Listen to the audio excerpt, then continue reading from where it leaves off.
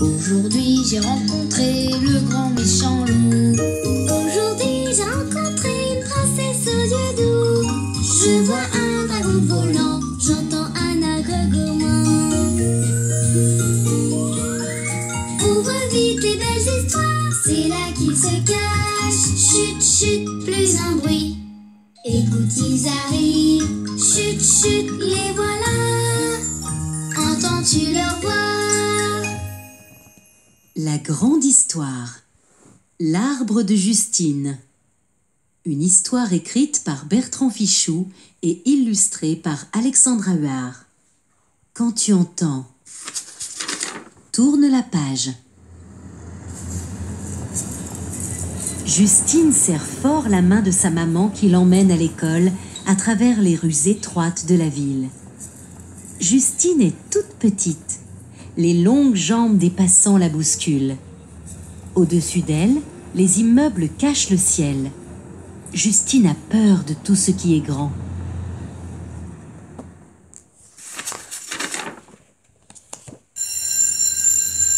Justine embrasse sa maman à la grille de l'école. Puis elle entre dans la classe. La maîtresse a un air décidé ce matin. Elle dit « Notre ville est grise, notre ville est triste. Il faut lui redonner la joie de vivre. » Justine est d'accord. Mais comment? Vous voyez ces bébés arbres dans les pots? Chacun d'entre vous va en choisir un et le poser sur sa table. Après, je vous dirai un secret.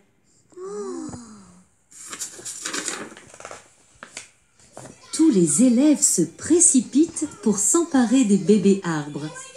Chacun veut le plus beau, le plus feuillu. C'est la bousculade. Quand Justine arrive à s'approcher de la table, les autres ne lui ont laissé qu'un tout petit bébé arbre, juste une tige avec une feuille minuscule au bout. Justine est un peu déçue, mais elle le trouve quand même joli, son petit arbre. La maîtresse prend un air mystérieux.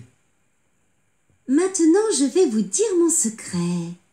Ces arbres sont magiques. Oh là là. Occupez-vous-en bien, soignez-les, aimez-les, et si vous y mettez tout votre cœur, vous verrez ce que vous verrez. Justine a très envie de croire à la magie de son petit arbre. Elle décide d'en prendre grand soin. La maîtresse explique comment faire. Justine l'écoute avec attention. Chaque jour, elle arrose la terre avec un peu d'eau. Chaque jour, elle retire une herbe qui gêne. Chaque jour, elle nettoie la feuille. Et Justine parle à son arbre, à voix basse, pour que les autres ne se moquent pas d'elle. Justine dit à son arbre que son écorce a la plus belle des couleurs, que sa feuille est la plus belle des feuilles. Justine aime son arbre. Les autres élèves ont arrosé leur pot quelques jours, et puis ça ne les a plus amusés de jouer au jardinier. Leurs arbres ont perdu leurs feuilles, leurs arbres se sont desséchés. Justine, au contraire, continue à faire des câlins à son petit protégé pendant plusieurs semaines. Le matin en arrivant, le midi quand elle doit partir à la cantine, le soir avant de quitter la classe. Et un jour, sans prévenir, le petit arbre frémit. Il s'étire, puis il se met à pousser, à pousser. Des branches fines apparaissent, elles s'allongent, elles donnent naissance à de nouvelles branches qui se couvrent de feuilles. Les autres enfants n'en croient pas leurs yeux. La maîtresse hoche la tête en souriant.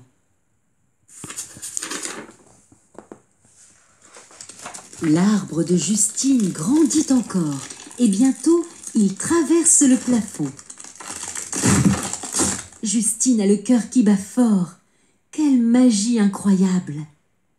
Elle se demande si elle va se faire gronder à cause du trou dans le plafond. Mais non, la maîtresse pousse juste un petit « Oh » d'admiration.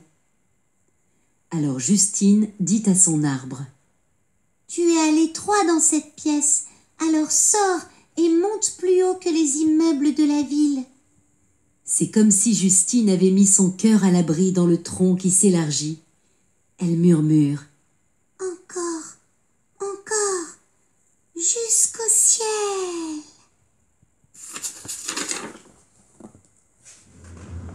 L'arbre est sorti par le toit de l'école. Il continue de grandir. La maîtresse demande à Justine: Tu n'as pas envie de grimper dedans? Justine se demande si elle oserait. Son arbre est devenu si haut. La maîtresse la rassure: Vas-y, nous te suivrons. Alors Justine se décide. Elle respire un grand coup, elle attrape la branche la plus basse, prend son élan et hop! Elle escalade le tronc. Elle se glisse à travers le plafond, s'élève au-dessus de l'école, au-dessus de la ville. Elle bondit de branche en branche pour atteindre le sommet de son arbre, qui a fini de grandir et se balance dans le vent. À travers les larges feuilles, Justine voit jusqu'à l'horizon. Les immeubles semblent minuscules. La maîtresse et les autres enfants de la classe rejoignent Justine en riant. La maîtresse dit: Vous avez vu?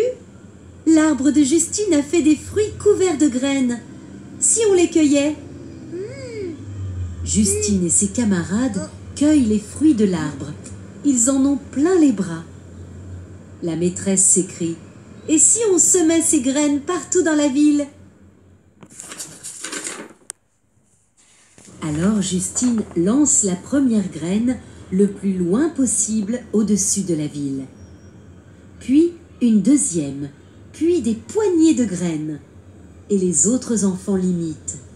Une pluie de graines s'abat sur le goudron des trottoirs. Les graines s'ouvrent, des petites racines en sortent.